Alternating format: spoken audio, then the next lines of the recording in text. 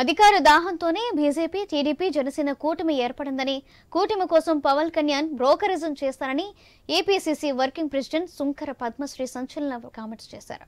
పవన్ ప్రత్యేక హోదా కోసం మోదీ కాలు పట్టుకుంటే గౌరవించే వాళ్ళమని, పోలవరం అమరావతి సాధించి ఉంటే మెచ్చుకునే వాళ్ళమన్నారు. బీజేపీకి జగన్ దత్తపుత్రుడైతే చంద్రబాబుకు పవన్ దత్తపుత్రుడని అన్నారు.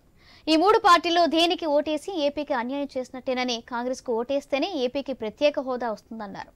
ఏలూరులో జిల్లా కాంగ్రెస్ పార్టీ సమావేశంలో పాల్గొన్న ఆయన ఎంపీ, ఎమ్మెల్యే ఆశావాహులు జిల్లాలోని నేతలతో ఎన్నికల నేపథ్యంలో వ్యవహరించాల్సిన అంశాలపై చర్చించారు. ముఖ్యంగా పవన్ కళ్యాణ్ గారు మాట్లాడుతూ ఉన్నారు. చాలా కష్టపడి మధ్యవర్తిత్వం వహించాడంట, కాళ్ళు పట్టుకున్నాడంట ఈ కూటమిని ఏర్పాటు చేయడం కోసం. అంటే నువ్వు బ్రోకర్లా వ్యవహరిస్తా ఉన్నావా పవన్ కళ్యాణ్?